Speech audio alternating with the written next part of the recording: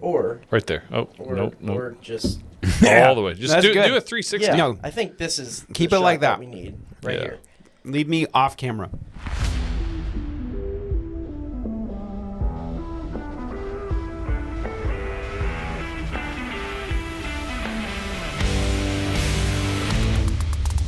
What's going on, everyone? This is the Aggie Gameday Extra Podcast. I'm senior Texas A&M sports writer Travis Brown here at KBTX, along with the first rotation. There's a lot of oars on the depth chart of this team, but the first rotation, that is Chief Meteorologist Max Crawford. Max, how are you? Oh, good. Tyler Shaw, sports director. What's going on over there? We might have a lot of oars, but it's nowhere near the amount of oars on Texas A&M's depth chart. A lot of oars on Texas A&M's depth chart. We'll get to that in a little bit, but one of our new reporters, Erin, you met her on the podcast previously. Erin Patterson was she's an Alabama alum, and we were talking about fight songs. I don't remember exactly how this came up, but she claims that Alabama was the most iconic and the most recognizable of all fight songs. So this has been a week-long debate amongst a lot of people. So what is to you the most iconic and the most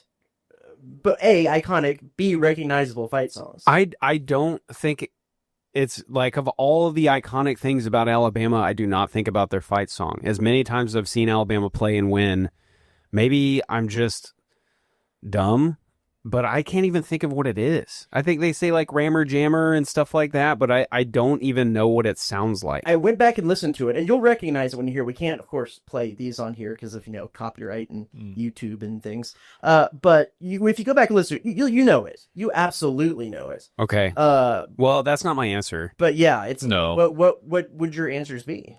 I've got several, and I'm trying to narrow it down in my head right now. I think one of them, Aggie fans are going to hear this year. I think Notre Dame's fight song. Da, da, da, da, da, da, da. And the only reason I know that one is because of Rudy. Yeah, just kind of. This screams college football to me. Yeah, I think so many high schools use that too. Sure, yeah, maybe that's what it is. Because I go to a lot of high school games, and I probably hear that all the time. So maybe that's what it is. But I do think it is iconic. Do you know the fight song that they use in Varsity Blues? No. It's the Aggie War Hymn. Oh. Yeah. Oh, anyway, go. I didn't know that. Yes. For me, the most iconic is Notre Dame. It was also my middle school fight. I like that answer. Most recognizable, I mean, probably Rocky Top or Boomer. I was about to say because Tennessee. It's just played over and over and over. See, but is Rocky Top the official fight song, or does it matter? Because we're just bantering right now, I suppose. Okay. I like Rocky Top. I actually do. No. Yeah, Rocky Top's fine. And this is I continue my streak of coincidentally OU hating, but I would put Boomer Sooner at the bottom. But most recognizable, absolutely, because they play. And same goes for the people in our region. Yeah. Same would go for SMU because they play after every completed. Now I see. And she'll be coming around the mountain. Okay. So I think my top three are probably USC, the Trojan one, Michigan, Hail to the Victor. Yes. Dun, dun, dun, dun, dun. And who needs us playing this when we have Max? Max fight song here. We do them all a cappella. And I really like the Florida one. Okay. So I think that's my top three, but I think most iconic, I'm probably going to have to go USC, even though they have not been super. You said it was Notre Dame. No, so you said I would. I said I wouldn't argue that with you, but I'm fine with that answer, I suppose. Okay. I will also say this. I don't think Texas has a bad fight song. I kind of like their fight song. I put that in the same category as Boomer Sooner. It's monotonous. It's a monotonous fight song. All right. That's fine with me. I'm not gonna compliment them any more than I already have. OSU's is pretty good. Oklahoma State's isn't bad. See, and then there's LSU, and all I can think about is neck. I can't think about their actual fight song. I'm trying to think of other fight songs. Navy's is good. Oh yeah. Kansas is good, I'm just Anyway, we could talk about this for a long time, and just random songs that keep popping up in my head. I can't think of what is TCU's fight song. I don't know. I don't know what that one is. Well, now I just have Notre Dame stuck in. Yeah. It's okay.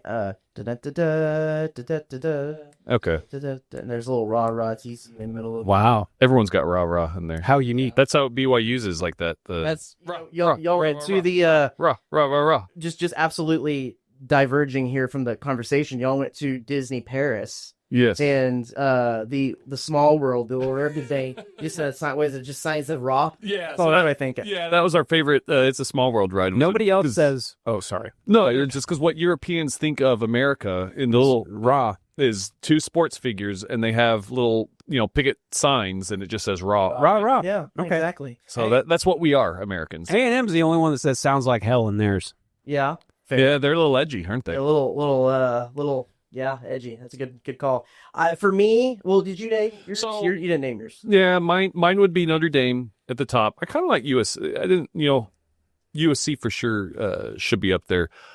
Notre Dame, the ones that get stuck in my head, Tennessee and Texas, just because of, I guess, the repetition and hearing it. Some of them are just way too similar, though. That's the other thing. Is it gets murky and hard of like. I think that's why I kind of which. like the Florida one so much, is because it's almost like a conglomeration of all fight songs. And I can't, I'm trying, because I have all the other songs stuck in my head right now, I'm not going to do that one a cappella because I'm trying to think of it. Well, yeah. I'll just start doing it at some point in the pod whenever it comes back into my head, and we can put a pause here, and I'll just start doing the song. Okay, great. Later. For me, Hail to the Victors is good, but I always forget that there's the first half of the song is kind of on drugs. Okay. And then the second half is the part that you know. God. If you go back and listen, it's real weird and doesn't seem to have a tempo, or it's kind of on drugs. Okay. And then you go on and it's the part you know. But I think the top one for me is probably Fight On at OSU. Okay. I mean, not OSU. USC? USC. Yeah. Were you saying Arkansas? Arkansas's is pretty good. Someone brought that up, and it's okay. Okay. It's okay to me. I don't know. It's pretty good. I'm gonna go a little off-roading here and not actually consider fight songs. But some of the schools have those little kind of first down songs. Like the one that, if I think college football bands, it is probably because of the video game growing up. It's the Florida one that's like the da da da da da da. That's a good one. That's a good one. Sticks. Oh, Gators, here we go. Yeah. Which Alabama has a very similar. Yeah, Alabama's first down kind of thing. Ba-da-da-da. Yeah, you're not wrong. And then there's what is that? What was that? What are you the Go Fight Win Texas Tech one. Oh. Bum, bum, bum, bum. Oh, no, that is a good one. Yeah, that's a good one. That's I just had to find a way to bring Texas Tech for you on this. Exactly. Yeah. Yeah, that's a good one. So those are probably. I'm going to include those in my top 3. So when you start getting into deeper in that, I guess I know a couple of those just because we're talking about them. But for me, it's I love the after a first down. That will get stuck in my head after I cover a game. Yeah. The rest of the next day, just in my head echoing. Nobleman of Kyle, Arch of the Green Beret, all of that. I'm those are my favorite. But that's.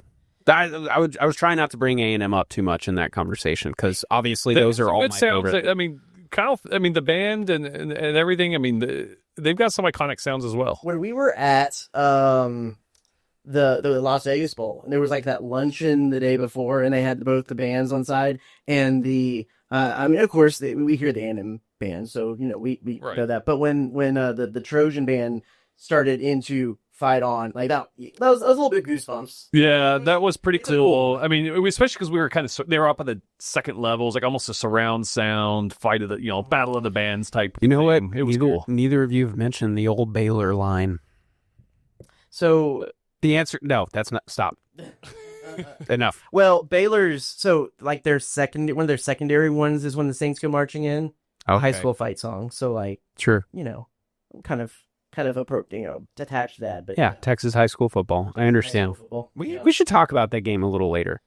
Which game? Baylor Auburn Baylor. I'm not prepared for that, but we'll talk about it later. We'll do it later. If we got time, we'll talk about it. Let's go ahead and mosey on into the headlines here that we have, and there is a lot as we're going into the first game week here for the Aggies. The biggest one Le'Veon Moss is available for UTSA. There was all kinds of conversations over the last several months about how they were ramping Le'Veon Moss up into contact, into some more practice reps as he's coming off what he said was the ACL and MCL injury. But Mike Elko said he would be available and good to go. Now, he doesn't necessarily have to be the bell cow in the game because, as we've talked about many times, A&M has a huge stable of running backs. So Mike Elko then was asked a little bit more about how Le'Veon is going to be used, how they're going to be able to distribute some of these carries. Let's hear from head coach Mike Elko on what he said about this on Monday. Yeah, I think we'll have a plan. I think we'll have a plan on how we want the carries to go, who we want to get touches. I think we'll have certain, they have different skill sets. And so you have certain things in mind. Okay, these are Le'Veon's plays. These are Ruben's plays. This is where we're going to get Amari and EJ involved. These are the things the young kid can handle. And this is what we want to get him in there to do. And then you got to improvise, and that's like every rotation you set up, you get into the game and you try to figure out what's working, what's not working, who's playing at a high level, and you roll with it. And I think Trooper's done a really, really good job with that. I think we talk a lot in our building about the need to have a lot of really talented running backs. I think running back is the position that gets beat up the most. Obviously, as you go through the year, they take the most hits, they take the most pounding, and as you put it, an embarrassment of riches can become very thin very quick because of injury. And so it's important that we get everybody ready. It's important that everybody understands it's a long season. And it's important that everybody understands that there's going to come a time where we're going to need each and every one of them to shoulder a load and a burden to help us win a game to keep this thing moving forward. So summing up, he said there's going to be each back has a different skill set. They're going to be able to do something different. Briefly, what do y'all first off kind of think about the Le'Veon news and how this will lead into our matchup? But how do you see that running back situation going for the Aggies? I think it's a good thing that he is playing. There's some talk of he's back from injury, maybe just save him for Notre Dame. He hasn't played in so long. I think he needs the reps to kind of build up for that Notre. Now, again, because of the beginning of the schedule, he might not be needed a whole lot until Notre Dame, just because they will be more than capable with Ruben Owens and behind him and Amari Daniels and even EJ Smith. But I think it's good for him to get the reps in. I don't think they're going to pound the rock too much with him. He'll probably be on some sort of a that pitch count a little bit. But also don't expect him to be avoiding contact either. He was asked about that, and he dropped probably the best line of his press conference when he said, no, I'm not running out of bounds. Running out of bounds is like running from a fight. So yeah, that'll get a fan fired up for sure. He's got the right attitude, I'd say, Max. And I mean, that's the thing. After an injury like that, I think especially lower body, there could be yips. Right. And it does not seem like he has them. I think he knows there's a sacrifice your body element that goes into playing football. And if on a mental state, you're going to get back to the way that you were, especially if you're physically 100%, is you have to kind of approach it that way. You have to approach it of, there is no tomorrow kind of deal. And especially if you're a downhill running back, that's the exact mentality that you're going to have. He would have said that before he got injured. That he's saying that today, I think, speaks volumes to the attitude that the dude has. So, yeah, I think you get him in a couple of those scripted drives right at the beginning of the game. And assuming you start rotating in some other backs and hopefully the score spread is what it is. And then you start using him in some of those situational downs, like maybe you get a 3rd and short and you want to throw him in there. And I think getting the live reps is important, especially before Notre Dame, because he might end up being that type of dude. And I think Elko alluded to this a little bit. I don't remember if it was specifically in this presser or not, but you look back at certain games where he was able to kind of take it over. It's kind of like Isaiah Spiller back in 2020 is all of a sudden is like, okay, this is his quarter, right? And you just kind of see him take over the game. I think he did it really, really well against Arkansas last year. Yep. Where, in the second half, it was just very clear, like, okay, we're going to feed him until it doesn't work. And so I think having that utility will be very good. And it almost seems like they're saying, any given game, maybe that's Ruben Owens. Maybe that is E.J. Smith. And, dumping the ball off to anybody from all those people to even Terry Bussey. Like, it's situational, and we've said this before, but it's a good problem to have. I think you were right. I think holding off, putting him in any kind of real contact until the Notre Dame game would be not optimal because of how few contact reps, at least it's been indicated to us that he was able to take during fall camp. And so we'll be interested to see how many they use him for. I don't expect this game to be close in the fourth quarter, but if for some reason it was right, then he's probably your guy. Going to be your guy because you're needing to run down the clock or things like. But yeah, I think you're right. You'll see him a little bit, and then you'll see a pretty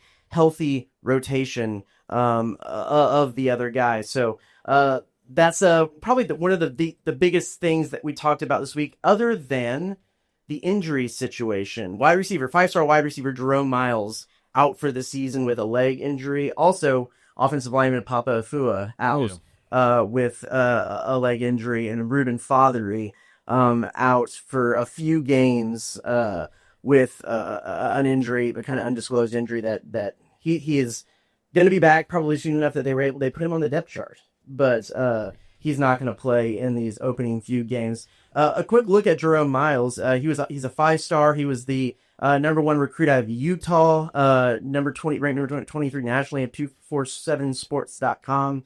In his senior season, 28 catches, 732 yards, 10 touchdowns. This is the interesting one, and this is the one that caught a lot of attention. He broke a 43-year Utah record in track in the 100-meter with a 10.36. Speedy guy. If I remember right, his recruitment kind of came on a little bit late in that class, but I think a guy that a lot of A&M fans were maybe excited to see because of some of these numbers up there. Yeah, I think even some of the practice film, you could tell he glided on the field, like the way that he ran routes and just ran in general. You could tell that he was kind of like a next level athlete. So it's really disappointing that you see that. But I also happen to think, it's not a type of person that you'd want to rush back to recovery and getting on the field considering his injury history. So I really hope, I feel like this is a little bit pessimistic of me to say, well, at the same time, I'm really optimistic about it, but I really hope we get to see him play and perform in maroon and white, but you know how things go like that sometimes. And there's a lot we perceived, at least from what we've seen and everything, a lot of depth at wide receiver now. Yeah, so I don't think this hurts the team. Now, right. Again, I'm worried about this injury just because of his injury history. He's been injured in high school, and I just worry about his athletic career. Where is it going? Hopefully, he can have that speedy recovery. But as far as when you're looking from the Aggies' perspective, what they have, I don't think he was even going to be used a whole lot this year, had he been healthy. And that's because you have KC Concepcion. He's that clear-cut number 1 guy. And then after that, you still have Terry Bussey emerging, Mario Craver. Kind of those guys are going to kind of be the focal point of the offense. So that's not even mentioning the tight ends that I think will be involved a lot more in the passing game this year. And Ashton Bethel Rowe, right. who seems to be the breakout star of fall camp, at least from kind of who we've talked to and everything like that. And then briefly, a few other things. Miles O'Neill, named back a quarterback. You've been out at practice. You've seen the video. Do you think this is the right choice?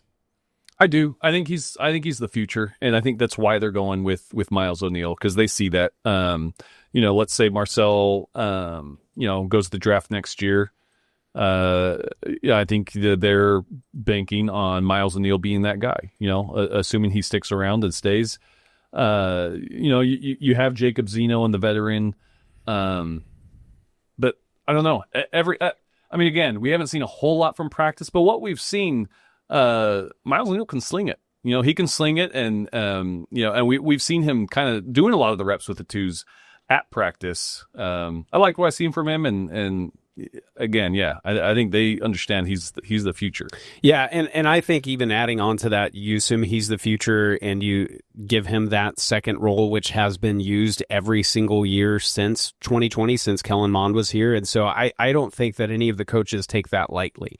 I think Elko, that was an intentional decision based on just the way that the past few years have gone, that in a situation where Marcel is out, like, okay, then we go to Miles. I could see a situation like maybe if we're up by a possession or something kind of late in a conference game and Marcel goes down and it's like a just out for game the rest of the... I could see them going with a more proven Jacob Zeno just to close out the game type of situation. But it's nice to know that not only do they think he's the future, but that he could also step in immediately when called upon. When you have an accurate and seasoned person like Zeno, I think that's very encouraging. I agree. I think that if there's a situation where Miles gets hurt late in the game, Marcel gets hurt late in the game, things are a little haywire, not a lot of time to get a young quarterback settled into a game, they'll go with Zeno, and maybe if it's in the middle of SEC play, they might actually go to Zeno. But if it's late in the game, get the guy reps, Miles O'Neal will be the guy. I mean, they just have that option. They can go with both guys. It's a little bit of reverse, but it's kind of the same situation as Jalen Henderson and Connor Wigman a couple of years ago, where you can use Marcel Reed. It was Henderson to Marcel Reed a few years ago, and kind of get them both in depending on what the situation set up for. And then finally, two quick hitters. Aggie volleyball started off the season knocking off number 11 Minnesota up in South Dakota. Logan Lednicky had, I believe it was 22 pills. Yeah, insane in that game, which is pretty wild. They're starting off on a hot streak. Aggie soccer has bounced back a little bit. A lot of close, tight games, but Trinity Buchanan's been kind of the name of the game in all this. She's on a 3-game goal streak. And G. Guerreri said, it's not necessarily like a pitcher in baseball that you're going to stay away from. They're talking to her. There's no superstition, but they are excited that she is. You don't want to talk about it too much. You don't want to talk about it too much, but yeah. you can. They're not putting her in a corner and not talking to her at all. That's a good thing to talk about. Like, hey, you got a goal streak, keep it up. Yeah, keep scoring. Yeah, exactly. Yeah, Volleyball is encouraging. Certainly not surprising, but it is a very good sign. An away game where you take care of business against a ranked team. And I don't think they had unanswered, because they didn't lose the first set. I think they won the first set, lost the second by a pretty decent amount, and then they just kind of took over after that. You are correct. And so I think they kind of settled, came out strong, and then regressed a little bit, and then just took care of business and got out of there. So yeah, the number 9 volleyball heads down to Rice on Friday, and then has Central Arkansas on Saturday in that Rice Invitational down there in Houston. So that's what's coming up next for them. Over 40 years ago, my parents started C&J Barbecue, and today we continue to honor Dad's legacy with the best barbecue in the Brazos Valley. With locations on Harvey Road, Southwest Parkway, and our newest location on William Joe Bryan, we carry on our family tradition of serving up award-winning barbecue, sides, and desserts.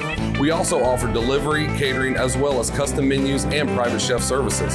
Come visit us today for some of the best barbecue around. C&J Barbecue. The C is for Chip, the J is for Joe, and the barbecue is for you. Well, boys, it's time. It's time to get into the matchup. Wow. A&M, Roadrunners. their first week, they're going to take on UTSA. Here's the situation. Apparently we're live now. I didn't see that's going. You added the live, but the game is live, and it will be shown live Saturday at 6 p.m. inside Kyle Field on ESPN. This is an interesting one for me. It is not your typical Prairie View A&M, Utah State, Rice type of situation. This is one that that could present some interesting challenges for the Aggies. Let's go into some just initial observations on this before I get into some of the stats and details. Like, what's the gut feeling of this matchup? Well, the gut feeling is I do think A&M's going to handle business, but that's not to say it's without its challenges, because the interesting matchup is going to be UTSA's offense versus A&M's defense. UTSA has a really good quarterback and really good skill players. Again, they don't exactly have the bodies and the line and everything to sustain a 4-quarter game, I don't think, with A&M. But that'll be an interesting matchup. How good has the secondary kind of shored some things up? Are they going to limit those explosive plays? Because UTSA also has a very deep running back stable. So that's kind of the matchup I'm looking for there. Again, we've talked going into this season about how much better Colin Klein's offense is going to be this year, and how proven and this could be a strength of the team. I think that is not a good sign for UTSA's defense, because it's a defense that has 11 new starters on it. So I think that is going to be so lopsided once A&M kind of gets rolling with their offense. Max, what's the gut feeling? Gut feeling is that, like I said last week, I think we covered the spread. I think it might take a while for us to cover that spread. I believe it's 22.5 points. And I think that happens, whether that's with a late score in the fourth quarter or not. I don't know. But to me, like what Tyler said, this is a test that is biggest for the defense, for A&M's defense, is to say, like, where is our, not our worry meter, our concern meter about the defense and where they can go. And for offense, I'm just looking to see, hey, is this kind of as advertised, at least a little bit? Are we stringing together drives? Are we actually explosive and things like that? Because I do also think especially our offensive line is going to bully their defensive front, and the skill player matchup and things like that. If you go back and you listen to Elko's presser, he talks this team up quite a lot, especially the offense, but even the defense. He kind of makes it seem like they're this mysterious power that they haven't been able to get any film on and stuff like that. I think they're going to figure it out pretty early on in the game, how to run the ball against the defense, how to score against the defense. But yeah, will we probably give up more points than what I would like personally? I think so. I could see like a 40-something to 20-something type of game. But I'm hoping that what we find is that our defensive concerns are not quite as large as what we've maybe been led to believe by a couple of people. And that's the part that I find interesting. Let's get a little bit deeper into what the Roadrunners have going on for them. They were 7-6 last season. They were 4-4 in the American, which very average in a G5 conference. Tyler, you mentioned to it. They have 9 returning starters, but 8 of them are on offense, and then you have a punter. There is no returning starters on defense, so there's not anything. And Mike Elko even said it in his press conference, like, it's been one of the most challenging scouts that they've had, because they've had to look at a whole bunch of different players from a whole bunch of different places and trying to kind of piece together what they think this defense might look like. But if you look at those offensive numbers, they were a force last year on offense. They had 33.2 points per game, 452.2 yards per game, 283.5 of those yards were passing. That scoring margin ranks 27th in the nation. The passing is 11th, and the total is 12th in the nation. It's it's almost a top 10 offense last year that returns. And then on defense, the top portal addition was linebacker Shad Banks from TCU. When you look at what these guys have individually on the offense, you mentioned the quarterback Owen McCowan. He threw for over 3,000 yards last year, 25 touchdowns, 10 interceptions. Their main rushing threat is Robert Henry Jr. Last year, 130 carries, 747 yards, 7 touchdowns, 5.4 yard average. And Willie McCoy, the wide receiver, 536 yards, 4 touchdowns. But they had a lot of different wide receivers that were right there in the 300, 400, 500 yard range. So a lot of weapons out there for Owen McCowan. It's one of those ones, and I talked about it a little bit last week. Like, A&M's offense, we've heard a lot, and they're going to go against the defense that they should be able to carry this game and win single-handedly on their own. But I'm going to be really curious to see how A&M's defense handles, again, when I say a near top 10 offense that returns from last year, if they can maintain the same pace and firepower as they had. It's gonna be interesting. It's not gonna be a loss, and it's probably not going to be interesting late, but there's going to be some interesting parts, and I think we're going to be leaving the game going, I still don't quite have my finger on what this defense is yet. Max loves how much you're talking up this matchup, by the way, in this game.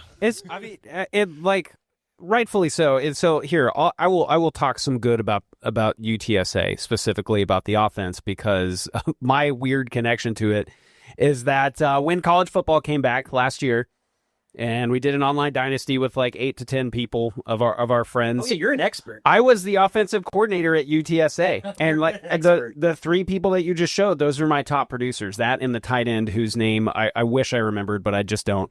But Willie McCoy and Henry were my 2 top offensive dudes besides the tight end, and McCown could spin it, at least in the video game. So, I mean, I think especially if you're this offensive team, and I know that Traylor is thinking this is a bona fide, if you take care of business, you could be in contention for a G5 playoff berth. I think it's your UTSAs, your Tulanes, your Boise States, maybe your UCFs of the world, and UTSA plays a lot of those, maybe Memphis.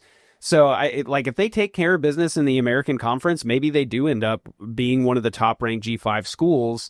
So I think they can be a good team.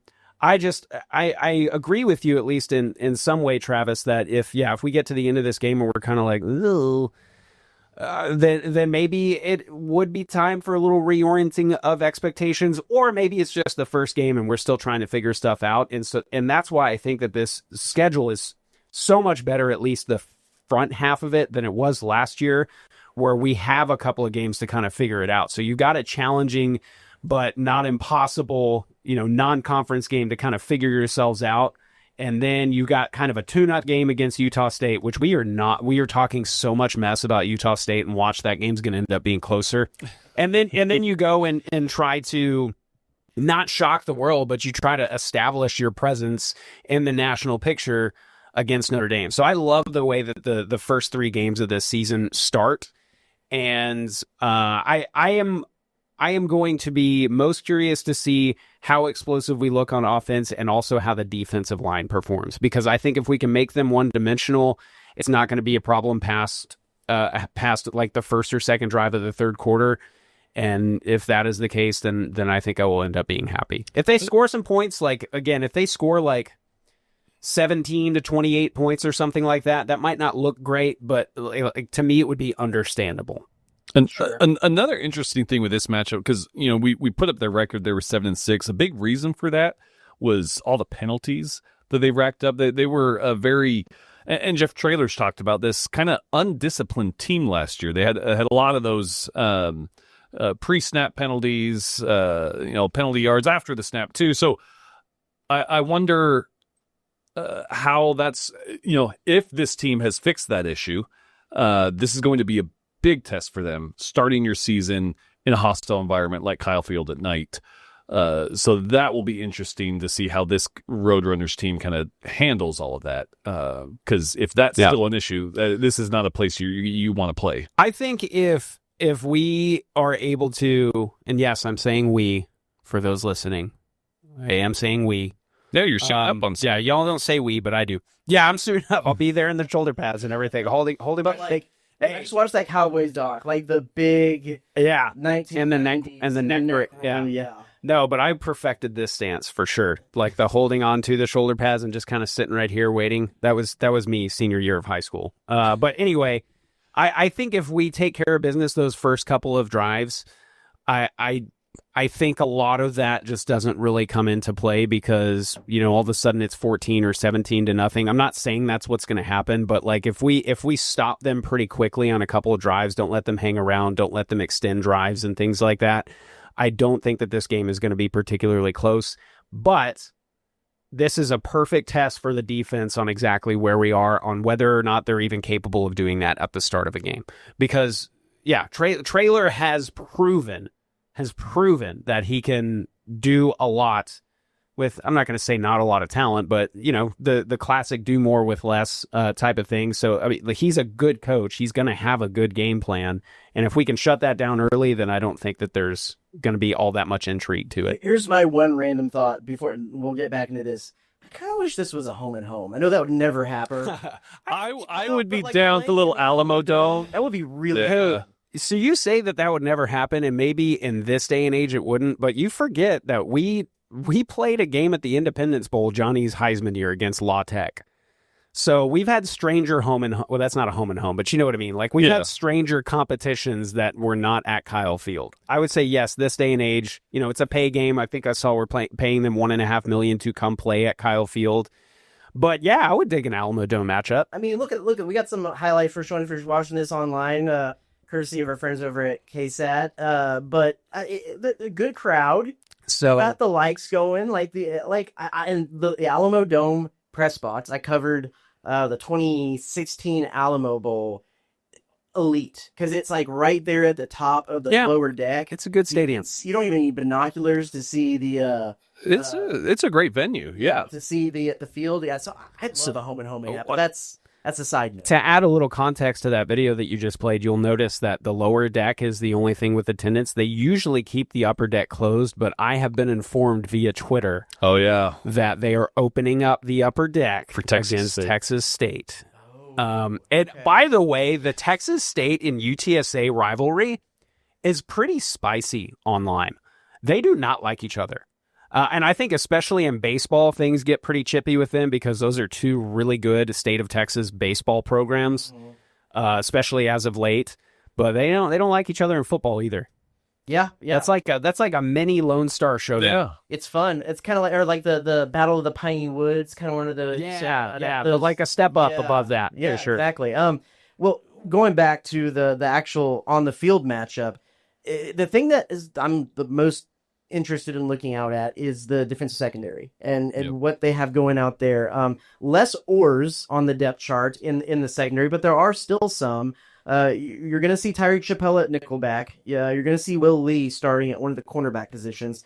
The other side could be Des Ricks or Julio Humphrey, the transfer from Georgia. So we'll be interested to see what that looks like. Bryce Anderson is the one of the fair and away starters there, and then Dalton Brooks or Marcus Ratcliffe on the other side. I'll be honest, I'm a little surprised that Bryce Anderson is the go-to starter. I thought it might be Dalton Brooks and Marcus Ratcliffe back there, but he seems to have kind of taken that next step. He just seemed a little slower than he normally was last year. Yeah, and maybe this is a testament to what he's been able to do in the offseason camp. Maybe it's the experience he has. But yeah, it did seem like there was a step back last year. But yeah, the fact that he is a clear-cut starter, at least on this depth chart, and not one of the oars, leads me to believe that they got a lot of faith in what he's been able to do this offseason. But again, I think they will be kind of rotating through all sorts of positions, and that secondary might be one of those where they experiment a little bit with moving forward. What do you feel about the secondary, Max? Just that there's a lot of talent, and it needs to grow up quick and make some plays for us to really have the type of season that we want to have, and I think it's certainly possible. And this is kind of still a situation where I'm going to take last year as the exception to the rule of really, really good secondary play from an Elko defense. And so I'm not super worried about it, is long story short there. I think what I said earlier is, if we shut them down the first couple possessions, I think what we've also kind of seen from an Elko defense is the first couple series don't often go the way that you want it to. And I almost feel like it's kind of Elko feeling out the process, and then you really start to clamp down. And so I think that's kind of what we're going to see. But yeah, defensive backs wise, I am in the trust Elko that he knows way more about secondary play than I do, and so I'm not worried about it. And a lot of the conversation since last year, since the kind of fiery press conference after the Las Vegas Bowl, is that I tell you what, you guys better not bring that up again, because if somebody, it might have been Olin, asked him about it again in the presser this week. And if you watch closely, he I think if he hadn't have taken a deep breath or counted to a real quick 1, 2, 3 in his head, I think he would have gone off. I think if he gets asked that question one more time, somebody's getting chewed out. That's just my prediction. But he is tired of being asked that question. So it seems like you want us to ask that question, Max. No, I do not. I do not. Where's you coming in session? Yeah. Hi, Max Crawford. I wasn't planning to, but now that you've brought this up, I need to. Coach, going back to Vegas. Yeah. Anyway, I'm sorry, Travis. No, that's a good point. But he's going to be more involved. He said he's going to be more of a we're yet to see fully what that looks like on a game day scenario, of course, but he's going to be more involved. And as you mentioned, he was the safety. Defensive backs are his specialty, his bread and butter. So how much of that, of his direct fingerprints on that position group is going to be interesting to see. And it puts his neck on the line, out on the line just a little bit more too, because of the fact that if they haven't seen improvement, he's already said he's been a little bit more involved. Right. Doesn't really have a scapegoat to go to. I mean, it's going to be all on him. And he knows that. He's taking ownership. So, yeah, it'll be interesting to see. You have the depth chart pulled up here. Right. Linebacker. What stands out to y'all? To me, linebacker. You know, you've got Torian and you got Scooby, and then you have a bunch of oars. So what that tells me is I feel really good about our starters. And then there's some questions about the rotation. And then, assuming not everybody stays healthy, I suppose I have a little bit of worry there. You know, Damian Sanford had a lot of reps last year, and so I think he could step into that role pretty good. You know, you hear about Tristan Jernigan and things like that, but that one I suppose concerns me a little bit if we don't stay healthy. But I feel really, really solid about both York and Williams.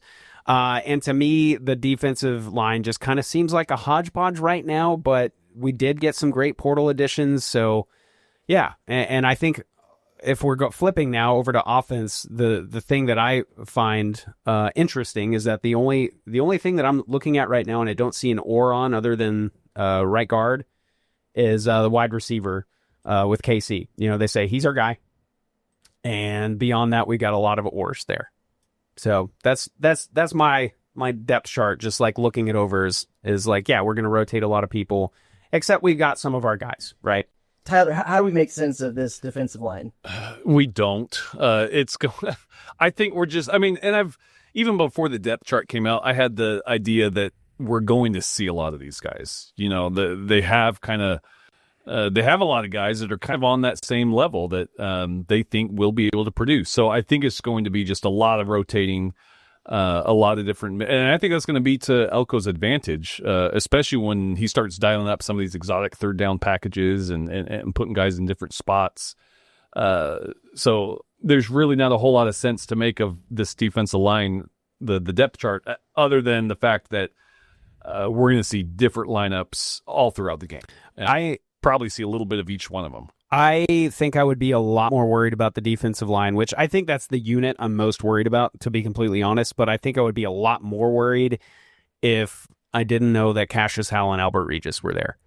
I think from a leadership and just proven talent standpoint, I think those are the dudes that they rally around. I mean, I think that's interesting because I have heard a lot of people mention the defensive line being one of the biggest question marks. And to me, that actually might have been the strongest unit of at least going into it in my mind, because of guys like Albert Regis, Cassius Howell, Tyler Onyem. I'm saying that right. Onyem. That's your responsibility in this podcast. And those guys kind of coming in, like, okay, the A&M's defense last year against the run was pretty good, but they didn't have great sack numbers. And those three guys went off to the NFL. Like, if these guys can come in and maintain what they did last year, which was serviceable. Sure. I mean, I think that is well within the reason of these guys. I think they made some upgrades too on some things. So yes, I know a lot of coaches downplay sack numbers and play up pressures, just changing the quarterback's rhythm and making him work under pressure. Sure, but there was a lot of quarterbacks, Lamar Sellers, last year who was under a lot of pressure and still managed to make a play. Yeah. And so I'm curious to see what that pass rush looks like. I have more worry about run defense with the linebackers than I necessarily do the defensive line. I crazy for that? No, don't think I had many worries about this defensive line, just because, again, Cassius Howell, I think, is going to step up and be kind of that dude. And you got Albert Regis, even DJ Hicks, Tyler Onyedem. I think you got the guys there. I think it's just a matter of it's not like last year where you have kind of, who your four up front are going to be every week. I think it's just a little different with so many new guys and kind of young guys up and coming, but I think they're proven enough that I don't think the defensive line is going to be a weakness. So let's get to it. We can do. We're doing score predictions this year. I guess we didn't really talk about it. Are we just doing key takeaways? Like what are we feeling like doing this year? A little producing on the fly. Yeah. Well, we can maybe throw in a score. Can I? Here's my key takeaway. We totally forgot. Like the main thing. The biggest one of the biggest storylines of all of this is the fact that there's a few big time homecomings. One of them is Tommy Robinson, the running backs coach for UTSA, was a coach at A&M. He's coming back, but the bigger one, the one that all the coaches have talked about, is Houston Thomas. Yeah, and he's a guy. He's on the John Mackey preseason watch list, so he's one that nationally people think is going to make a splash this year. He had a pretty decent year last year. He made 9 starts with the Roadrunners, but the way they're talking about him and the way they use him and the way this offense is, he's primed to have a really good season his junior year. This guy was a dude. I mean, look at that catch. He was a dude in high school, but they used him as a wideout. He was very tall, 6'6", but he's kind of grown into his body now. So he's gone from that wide out to, he puts his hand in the dirt and he's kind of your traditional tight end now. That's should have a pretty good season this year. And I think what better way to have a season opener than come back to your hometown? He said from age 8 to 14, he'd go to probably 3 or 4 games at Kyle Field a year. I mean, he got, he grew up an Aggie fan. He was going to the games. He's been to Kyle Field countless times. He been a part of that atmosphere. His family and coaches, everyone's gonna have tailgate out there on Saturday for him. But then he, when he talks about his Aggie fandom, he says, "But I'm at UTSA. I'm here for the Roadrunners now." So I think it's great that he grew up, that Aggie fan. But his development in high school, he wasn't exactly a target for the Aggies at that point. I'm sure they'd love to have him now. But the way his route goes, he goes to UTSA, and he seems like he's going to thrive. Travis, you might have been here the last time we played UTSA. Oh yeah, but and I forget if he was at Consol or College Station High, but that one wide receiver, Josh, I think his name was Josh, like Johnson or Jacobs or something like that. Josh Jacobs, I'm thinking the Alabama running back, but he had just the most outstanding grab in the north end zone for UTSA. That was like kind of the highlight for both teams of the game against UTSA. And that was a game that was way too close. But I do predict that Thomas is going to get a touchdown in this game. That would be really cool. I don't think that that's that crazy of a prediction because of the way that we matched up against tight ends last year. Like we had some problems there, and it's flashes of Bowling Green, right?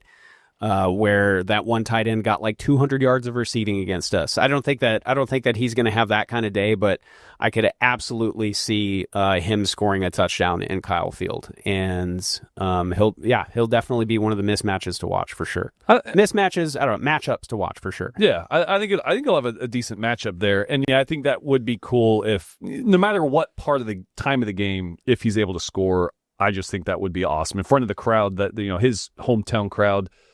Jeff Trailers talked highly of him. Mike Elko talked highly of him because Mike Elko's son went to high school with Houston Thomas. I talked to College Station's high school coach, Stoney Pryor, who was the offensive coordinator for Houston Thomas.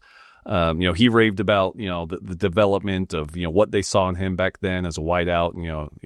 We think he can be a tight end. So it's kind of one of those cool stories. I mean, Elko even said, this guy's an NFL guy. So, yeah, I mean, a lot of high praise for the kid. And you'll have tonight, we're recording this on Wednesday, you'll have tonight your package with all the quotes and stuff from those guys and some highlights That'll air tonight in the. We'll air at 6, so and probably 10 o'clock too. We'll have a part of the story as well. So we'll have those. This probably won't be up before the time the 6 is going, but those will be on KBTX.com. You can go back and click and watch Tyler's reporting from that. In the spirit of, I don't know how much time we have left, Travis, so cut me off. But in the spirit of predictions, I'm happy to talk a score prediction and a weather prediction for the Way to bring us down. Let me do the score prediction first. Actually, y'all do score predictions, and then we'll come back. I'll do my score prediction, and I'll talk about the weather. In honor of Lee Corso, we should have gotten you like a rain hat or a sun hat. Ooh. Good. Put on. Not a bad idea. Maybe we'll bring that in. For the other pods, Travis, I like that. Tyler, what do you think? All right, we're going score predictions. Texas A&M 44, UTSA 21. Ooh, Tyler, I'm gonna change my numbers because that's almost exactly what I had. I'm gonna go Texas A&M 35, UTSA 24. It's gonna be a little. All right, a little closer. Yeah. I'm trying to do the math in my head to where we cover because I've been saying that for 3-4 weeks now. 24 is just right now. Oh, it's up to 24. Yeah. Interesting. So I had them barely not covered. So if we opened at 22 and a half, help me gambling wise. If we opened at 22 and a half and now it's moved to 24, does that mean a lot of people were like, how does Vegas even that out again? Does that mean and the spread has okay, don't worry. Bound person ask. I'll ask my gambling buddies after this. So I've had to pick enough games in my career to know that I should not put money on them. So I am going to go out on a limb here. This is wild of me to say something like this. I am going to go out on a limb here and say we score 45, and after a couple of shaky series in the first quarter-ish, we really clamp down. Aside from maybe a late fourth quarter score, and I'm going to go 45-20. 40? I was going to go 45-17, but I like a late touchdown or field goal from UTSA. I thought about going 17-2, but yeah. Okay. I'm going to go 45-20 Aggies. Here's my hot take. Okay. We do not see Miles O'Neal in this game. That's okay. Because they will be close enough that they need to keep the first teams in it. Okay. We'll see Miles O'Neal in week 2. We will see Miles O'Neal in week 2.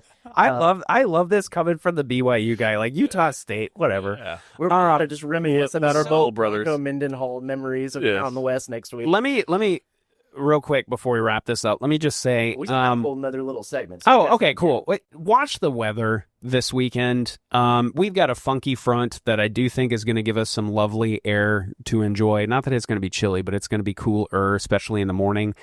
I will be flat out with you. I don't know exactly what's going to happen on Saturday as far as the weather is concerned. I think we're going to get rain on Friday. I'm pretty sure we're going to get rain on Saturday too. I think the question is at what time of day. If this front rolls through a little bit quicker than what we're currently thinking, then maybe it's some morning rain and then we kind of enjoy some cooler rain through the rest of the day. I think that's kind of wishful thinking right now. And so the reason I said we need to bring it up is because I could absolutely see this game being influenced by a little bit of lightning. I don't think it would be like a 2-hour delay or anything like that, but I do think there could be some lingering weather around, especially it's a 6 o'clock instead of a 7 o'clock kick. So that will be something to watch. So if you're watching this from out of town, you don't have the KBTX weather app yet, download it. We will be pushing out updates as we go throughout the day. Hopefully we don't have to do that many. I would love for us to enjoy a nice, cool home opener. I just don't know that that's what's going to happen. And the KBTX weather app works outside of Brian Close. Yes, it does. So turn your location services on. You know what? I deleted the Weather Channel app, and I now only exclusively use. That is so nice. There you go. Mostly just because the Weather Channel app just spammed my push notifications. Yeah, like we try to only do the important pushes. So anyway, if you have your volume on, you get to hear Max go. There's lightning in your area. That's true. Can you give us a little? Lightning has been detected in your area. It's just like that. Be careful with that. Let's real quickly close this out with our fun little final segment around the SEC. This one kind of made some headlines on a lot of different publications. It's a little more sports centric. But a man whose name is George Herman Ruth out of Greenville, Tennessee. Who knows a George Herman Ruth? That's a It's one Babe Ruth. Right. But this isn't Babe Ruth. The only reason I know he's George Herman Ruth is because The Sandlot. The Sandlot. Oh, yeah. Where he says George Herman Ruth. Yeah. Well, this man was, George Herman Ruth was charged with 91 counts in an indictment for a whole bunch of frauds, mail fraud, identity theft, fraudulent use of social security numbers. Not only is his name George Herman Ruth, but he was using all kinds of other former baseball players' names in these fraud schemes, going back to like the 1800s. And so it was this very baseball-centric crime. There's some fun baseball names out there. There's some guys with some real interesting names in baseball. If you were to commit fraud, which baseball name would you go with? Tyler, did you have a couple of pre-selected ones? Well, there's a couple swirling around in my head. Yeah, my favorite, and maybe it's not an outlandish name, but Barry Bonds, just because Here's another hit. Barry Bonds. Just people who have been indicted on Barry before. Jail Bonds. Well, exactly. But bail bonds. You go with the Barry Bail Bonds. Yeah. That's kind of the route that I'm thinking. So I like Yaz. BBD. Yaz, just because that's hard to spell. Carl Yastrzemski. Yeah. Yeah. So they just call him Yaz. Willie Mays Hayes, even though that's a fictional real character. person. Yeah. What is it? What is it? Hit like Mays, run like Hayes. Well, speaking of that, just a little tangent here. Do you see the New Mexico football team trolling? Yeah. They put out a depth chart because Michigan, notoriously doesn't do that, with just all like movie character names. Yeah, and that's pretty funny. So that was pretty good. Yeah. I don't know why when you sent me this article, and I intentionally didn't read most of it just so I could be like surprised and in the moment with this. I don't know why the first name that came to my head was Rusty Greer. I've just always loved Rusty Greer's great travel play. Like one of the first names that I remember growing up as a kid. And so I was like, yeah, I would impersonate Rusty. I think I could pull off a Rusty Greer. Like, yeah, that guy looks like his name could be Rusty Greer. People already think that anyone that works at KBTX, his name is Rusty. That's true. I have been called Rusty before, so it already works. I get y'all in this room during a stream. I've been called Rusty. Yeah. Yes. Okay. Here's a few that I came up with. Going back, and you can rate some of these. Boof Bonzer. It's a good one that you could use for your nefarious activities. Urban Shocker. I'd go with Urban. I'd be Urban Shocker. Urban Shocker. I'd pull that one. Yeah. Okay. Yeah. I mean, Urban Meyer had some Utah, history. It's kind of from that region. One we all know from the Cocoa Crisp. That was a great. Ooh, yeah. I remember that one. Wonderful, Terrific Mons. I remember him. Maybe related to, well, it's Mons, not Kellen Mond. Yeah. But, maybe there's some relation there. I'm going to save that one for later. Bud Weiser. Ooh. Yeah. That sounds right. I'm going to steal that one from you. Up your alley. Good old Bud Heavy. Lil Stoner. Count Sinsendorfer. Okay. Cannonball Titcomb. Okay. Just leave that there. And here's my favorite. Cal McLish. Cal McLish, that just sounds like a kind of goofy sounding name. Except for the fact that his actual name is Calvin Coolidge Julius Caesar Tuscoma McLish. Goodness. Apparently, reading his biography, his parents had like 7 children. This was the one that the dad got to name, and he went with. Calvin Coolidge, Julius Caesar Tuscoma McLish. He's from Endarco, Oklahoma. Played from 1944 to 1964 for the Brooklyn Dodgers, Pittsburgh Pirates, Chicago Cubs, Cleveland Indians, Cincinnati Reds, Chicago White Sox, and Philadelphia Phillies. I think if I was going to commit some frauds, I might as well just go big and go with Calvin Coolidge, Julius Caesar, Tuscoma. Okay. Yeah. They wouldn't even question it. They'd be like, okay, he must be real if he did this. That's like kind of the, was it the Friends, the Princess Consuela banana hammock? Yeah. Sounds very similar. Those lines. Well, that's all the time we have this week for the pod. Be sure to check KBTX.com, the KBTX broadcast, for all of our coverage leading up to that big game, season opener against UTSA. We'll be back here next week to break everything down and look ahead to Utah State, which we've kind of already started doing a little bit. Download that KBTX weather app, KBTX sports app, KBTX news app for all those updates. And we'll be back next week, same place, to look ahead at the next game of the Aggie season. For Max Crawford, Tyler Shaw, and Travis Brown, this is the Aggie Game Day Extra Podcast. We'll see you next week.